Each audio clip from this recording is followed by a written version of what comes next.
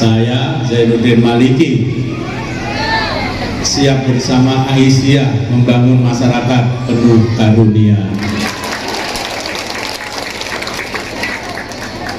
Nah, sekarang untuk Ustadz ini,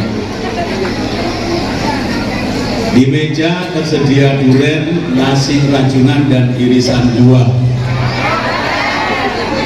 Tidak ayal membuat selera kita kian bertambah. Gebiar muscap PCM Laren hari ini sungguh semarak dan meriah, membuat kita semakin cinta saja kepada Muhammadiyah dan Aisyah. Saya sebenarnya sedang mengalami transisi dari akademisi. Saya seorang guru besar, pernah jadi rektor Universitas Muhammadiyah Surabaya, tetapi oleh pimpinan wilayah Muhammadiyah Jawa Timur 2019 kemarin diminta alih profesi menjadi politisi, disuruh maju menjadi caleg DPR RI. Instruksinya diberikan kepada PDN Gresik dan Lamongan, lalu disambut seluruh struktur Muhammadiyah di Gresik dan Lamongan bergerak. Kemudian saya mendapatkan 51.000 suara dan kemudian menjadi anggota DPR RI. Diinstruksikan, dimaksudkan supaya kami bisa menjadi, menggunakan bahasanya Prof. Haidar, pimpinan pusat Muhammadiyah, supaya bisa mengawal misi Muhammadiyah di parlemen. Karena sadar Muhammadiyah ini, kata Buya Syafi'i Ma'arif, yatim piatu di politik. Jadi yatim piatu.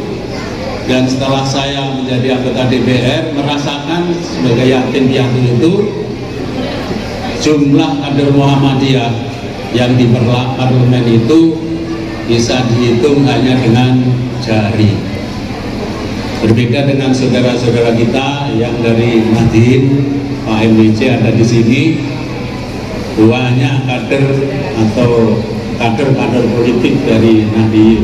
Itu teman saya, ketua Komisi 10, Pak Saiful Huda, itu dari Nahdien. Kemudian ada Pak Andi Muawiyah, ada Pak Gaddafi, ada Cak Imin, ada Cak Jazil, dan seterusnya.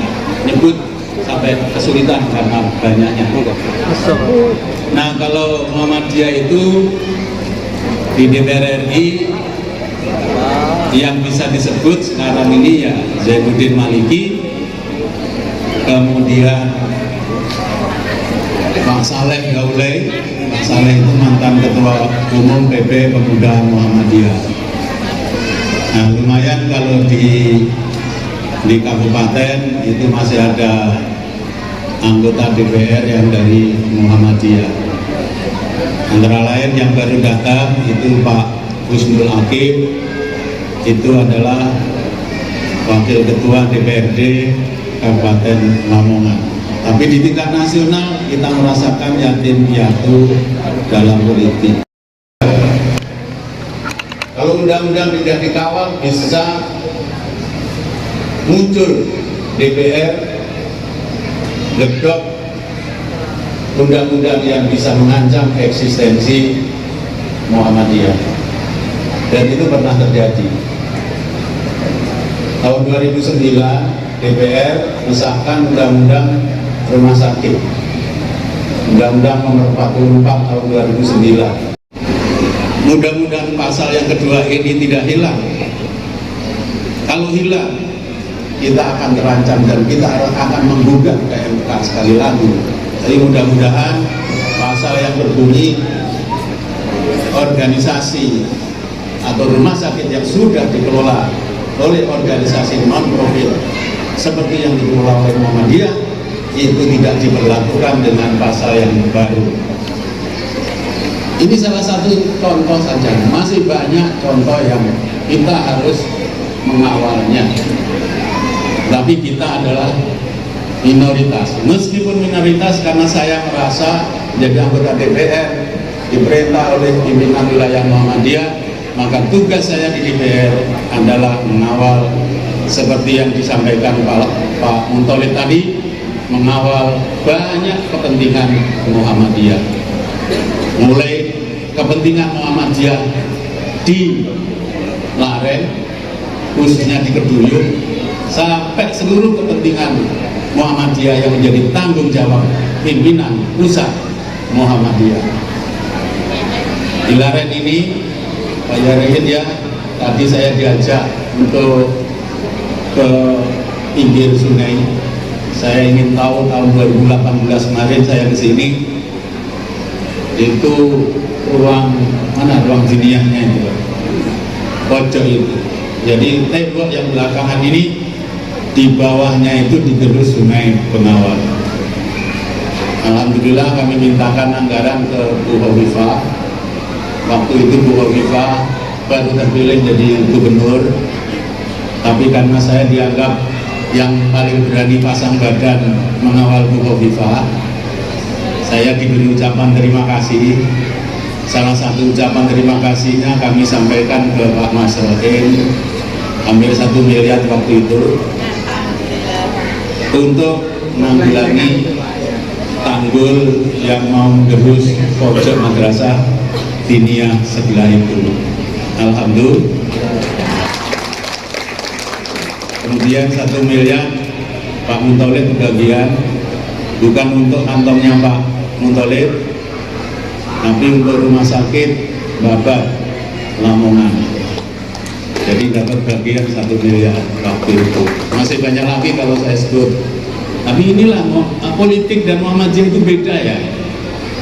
Di Muhammadiyah kita ini dididik kalau ngasih tangan kanan, maka tangan kiri tidak boleh tahu. Di politik nggak bisa begitu. Kalau di politik tangan kanan ngasih, jangankan tangan kiri, kaki kanan, kaki kiri itu juga harus dikasih tahu. Kalau tidak dikasih tahu, dianggap tidak memberi manfaat. Ada pasal. Oleh karena itu, inilah mu'alaf saya itu. Karena baru jadi politisi, kalau ngomong apa yang sudah saya lakukan untuk Muhammadiyah itu rasanya itu ada sesuatu yang ganjil secara psikologis itu. Pak Muntolib ini juga ngomong, Pak Janudin, rumah sakit Babat ini sudah hampir setahun gaji dokter, gaji karyawan, izin belum turun. Ini bisa kolap ini, tidak bisa nerima pasien. Tugasnya sampai itu anggota DPR Muhammadiyah. Tapi saya komisi 10. Sekali lagi beruntung punya kawan Pak Saleh Daulay di komisi 9. Pak Saleh kasih marah itu Menteri Kesehatan. Muhammadiyah kurang baik apa? Negara ini dikasih pinjem sama Muhammadiyah, jangan balik Pak Camat, jangan balik Pak Camat. Bukan Muhammadiyah pinjam kepada negara, negara dipinjami oleh Muhammadiyah. Kalau Pak Muntolib tadi bilang negara harus membayar apa yang sudah dikerjakan Muhammadiyah itu akan banyak dana yang dibutuhkan. Ini BPJS misalnya, waktu itu 1,2 triliun nggak dibayar-bayar. Kasih tahu itu Pak Menteri Kesehatan Pak Saleh, 1,2 triliun nggak dibayar-bayar dan Muhammadiyah nggak nagih-nagih. Dan giliran ngurusi izin saja kok dipersulit. Nah, akhirnya izin rumah sakit Babat turun, dan kemudian BPJS 1,2 triliun dicicil. Lumayan 350 miliar waktu itu, mudah-mudahan sekarang sudah lunas. Dokter Umi, Direktur Rumah Sakit Muhammadiyah Lamongan, manggil saya, Pak Janudin tolong kesini. Setelah saya datang ke rumah sakit, saya dikasih tahu laboratorium. Pak Janudin, lab ini lab pasang ring jantung, lab kateterisasi, saya sudah investasikan 5 miliar. Tapi sampai hari ini masih sulit untuk mendapatkan pasien karena biayanya harus ditanggung pasien. Paling tidak satu pasien 60 sampai 70 juta. Kami mengajukan surat kepada BPJS supaya bisa kerjasama, sampai hari ini belum kunjung dapat. Saudara-saudara kami RSI sudah dapat, Bayangkara sudah dapat, beberapa rumah sakit milik saudara kita yang lain itu juga sudah dapat. Yang kami ini yang belum dapat, kata Dr. Umi. Alhamdulillah sekali lagi kita kerjakan, kita selesaikan. Akhirnya karena dulu Partai Amanat Nasional waktu pemilihan direksi BPJS kita bisa masukkan 2 kader kita, ada 2 direksi di BPJS yang kita panggil, tolong ini diselesaikan. Alhamdulillah waktu musda di PDR Lamongan tempoh hari saya diberi laporan Rumah Sakit Muhammadiyah Lamongan sudah bisa bekerja sama per 1 Desember dengan BPJS. Dan dilapori juga sudah ada 6 pasien Pak Janudin.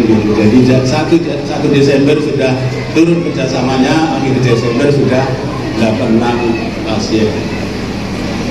Ini yang di tingkat lokal. Yang di tingkat nasional, Pak Sayuti, Sekretaris Majelis Dikti waktu itu, Pak Janudin, PP Muhammadiyah sudah bayar dosen setahun, 30 dosen. Tapi belum bisa mendapatkan izin perguruan tinggi yang namanya Muhammadiyah Cyber University. Ini bisa kolak PP Muhammadiyah kalau gaji terus. Tolong dibantu, kita biarkan jumlahnya masih tetap 2 orang, saya sama Mas Saleh. Apa tidak ada keinginan PP Muhammadiyah untuk memperkuat lagi? Ya kita tidak yatim piatu di Senayan. Pak Idan bersedia lalu memanggil LHKP, sekarang LHKP yang bekerja dan sudah keliling Malang, kemudian Banjarmasin. Di Banjarmasin kemarin saya juga diminta untuk berbicara di sana untuk memberikan testimoni agar kemudian ada langkah terukur tahun 2024 kita punya kekuatan baru atau bertambah kekuatan kita di parlemen, karena memang undang-undang kekuasaan dan juga anggaran harus dikawal, kalau tidak bisa merugikan kita semua. Saya kira itu yang bisa kami sampaikan. Terakhir dari saya ingin menyampaikan kesan saya. Saya tadi datang ke sini, jalannya berliku-liku, banyak jalan makadam, tapi saya sangat terbantu. Saya kira yang bantu itu kawan-kawan dari Kopang, tetapi dan kita luar biasa. Inilah kalau Banser sama Kopang, NU saya sama Muhammadiyah itu bersatu bersama-sama selesai masalah negara ini. Yang dilus cuma 1, dilus yang iya. Juga. Saya punya pengalaman di Senayan. Saya dipesan oleh Mas Mukti, Sekretaris Umum PP Muhammadiyah, Pak Zainuddin, bisa enggak RUU Sisdiknas yang diajukan oleh Menteri Nadiem itu tidak dibahas oleh DPR tahun ini, 2023 ini. Mas Mukti, sampai kan tahu PAN itu kekuatannya hanya 44 orang anggota DPR dari 575 orang. Tolong kami juga dibantu. Saya di DPR bergerak, Muhammadiyah di luar parlemen juga bergerak. Maksudnya apa? Ya konsolidasikanlah seluruh elemen masyarakat yang bergerak di bidang pendidikan untuk menjelaskan kepada publik, kepada pemerintah, kepada DPR bahwa RUU yang disiapkan oleh Menteri Nadiem itu belum layak dibahas oleh DPR. Dan waktu itu kemudian PP Muhammadiyah melalui Majelis Dikdasnya bekerja bersama-sama bersatu. Majelis Dikdasmen PP Muhammadiyah Ma'arif Circle, Taman Siswa, PGRI, Majelis Nasional Pendidikan Katolik, Majelis Nasional Pendidikan Kristen bersatu selesai Pak. Pemerintah nggak berani memaksakan RUU Sisdiknas dibahas karena di dalamnya masih begitu banyak kelemahan. Bahkan sempat mau menghapus frasa madrasah di RUU itu. Kita tahu madrasah ini sudah mengabdi, berkhidmat untuk negara ini. Bahkan sejak Indonesia ini belum merdeka, mencerdaskan anak-anak bangsa, bukan hanya kecerdasan otak, bukan hanya mencerdaskan intelektual. Madrasah sudah mengabdi dan berkhidmat, mencerdaskan anak-anak bangsa, intelektual, emosional, dan juga spiritual. Hilang rasa itu. Setelah gaduh, menterinya bilang saya khilaf, akan saya perbaiki. Tetapi kita khawatir kalau kemudian dibahas di tahun-tahun politik seperti ini, khawatir undang-undang Sisdiknas ini tidak lebih baik dari undang-undang yang sudah ada. Jadi saya punya pengalaman nyata, kalau saudara kita Nahdien sama Muhammadiyah dan sama Kokab bersama-sama selesailah itu. Terakhir sekali, saya kemarin dapat istilah dari Karangwungu. Karangwungu itu mana Pak Hakim? Masih di Laren. Nah, malam-malam saya datang acara di sana, dapat istilah baru, menarik istilahnya itu. Pak Zainuddin, DPR itu yang diharapkan dua, satu kehadiran, dua peninggalan. Saya tanya, Pak, yang penting kehadiran apa peninggalan? Kalau yang di sini kehadiran apa peninggalan? Coba yang keras. Makanya ada orang nggak hadir tapi tetap dipilih. Yang hadir rupanya cuma peninggalannya. Jadi di dunia sekarang ini namanya dunia post-truth. Post-truth itu tidak nyata, fakta tapi dianggap tidak nyata. Yang dipercaya malah persepsi tidak nyata. Yang maya, yang hadir gambarnya, orangnya tidak. Nah itu yang lebih dipercaya. Ini adalah ciri-ciri manusia yang hidup di abad post-truth, di mana fakta dianggap tidak lebih penting dari ilusi, dari fantasi, dari maya, dari yang tidak ada. Tapi yang ada malah justru tidak dihargai. Tapi saya ingin hadir sekaligus memberi peninggalan kepada Muscap Laren yang semarak ini. Saya tinggalkan kepada panitia dan dari tim saya sudah beri catatan berapa peninggalan kita. Dijawab 10 juta Pak. Jadi 10 juta peninggalan saya. Jadi saya hadir Pak sekaligus memberi peninggalan. Nah, subhanallah wa bihamdihi wa basiril mu'minin. Wassalamualaikum warahmatullahi wabarakatuh.